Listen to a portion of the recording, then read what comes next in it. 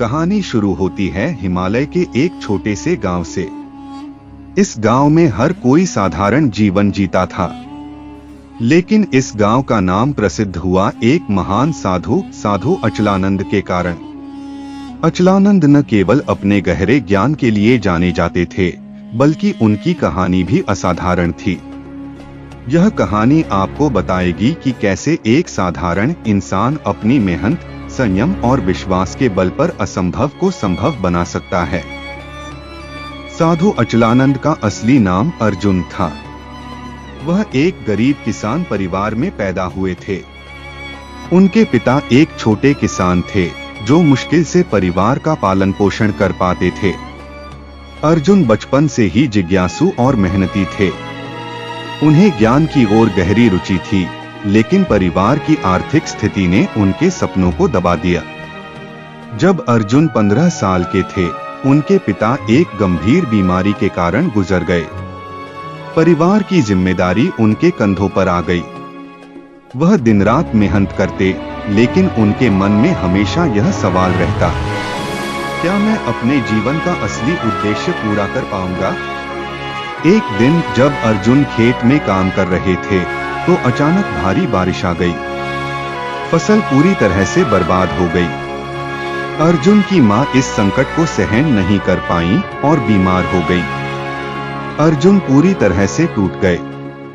वह सोचने लगे कि क्या उनका जीवन सिर्फ संघर्ष और दुख के लिए बना है। उसी रात गांव में एक प्रसिद्ध साधु महर्षि तपस्वी आए। उनकी बातें सुनने अर्जुन भी पहुंचे।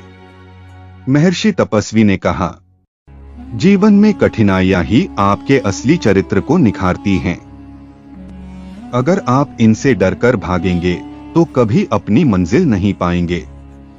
यह बात अर्जुन के दिल में गहराई तक उतर गई। उन्होंने तय किया कि वह अपने जीवन का असली अर्थ ढूंढेंगे और लोगों की मदद करेंगे।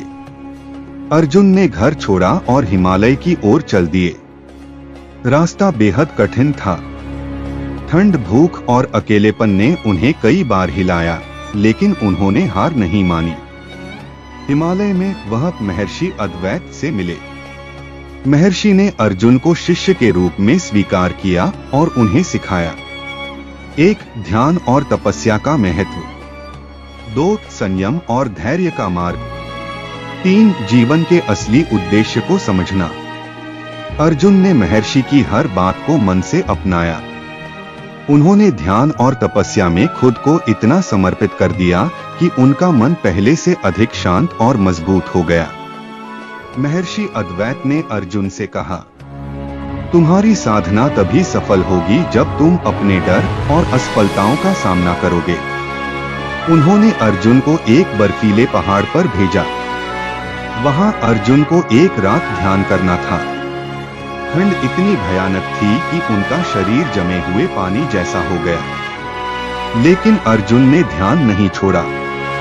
उन्होंने सोचा, अगर मैंने यहाँ हार मान ली तो मैं जीवन की बाकी कठिनाइयों का सामना कैसे करूंगा? सुबह होते ही अर्जुन ने महसूस किया कि उनका आत्मविश्वास और दृढ़ता कई गुना बढ़ गई है। कुछ साल बाद महर्षि अद्वैत का निधन हो गया। अर्जुन के लिए यह सबसे बड़ा झटका था। वह अपने मार्गदर्शक को खो चुके थे। उन्होंने खुद को अकेला और खोया हुआ महसूस किया।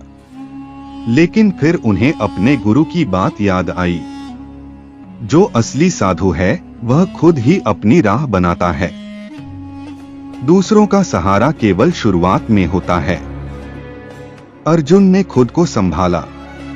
उन्होंने हिमालय में ही तपस्या जारी रखी। अब वह साधु अचलानंद के नाम से जाने जाने लगे। अचलानंद ने लोगों को सिखाया, 1. संयम, जीवन में हर बड़ी चीज पाने के लिए धैर्य रखना जरूरी है।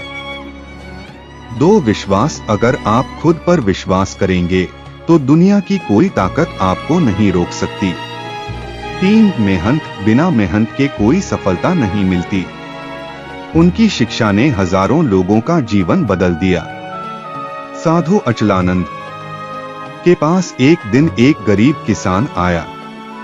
उसने कहा, मेरा जीवन बर्बाद हो गया है।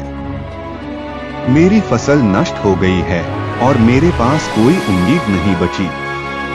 साधु अचलानंद ने मुस्कुराते हुए कहा, तुम्हारा जीवन तब बर्बाद होता है जब तुम कोशिश करना बंद कर देते हो। उठो, मेहनत करो और अपने डर का सामना करो।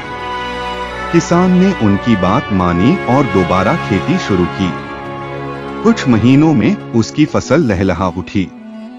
उसने साधु अचलानंद का धन्यवाद किया और कहा, आपने मुझे सिखाया कि असली सफलता अपने डर और आलस पर विजय पाने में है। कहानी का निष्कर्ष।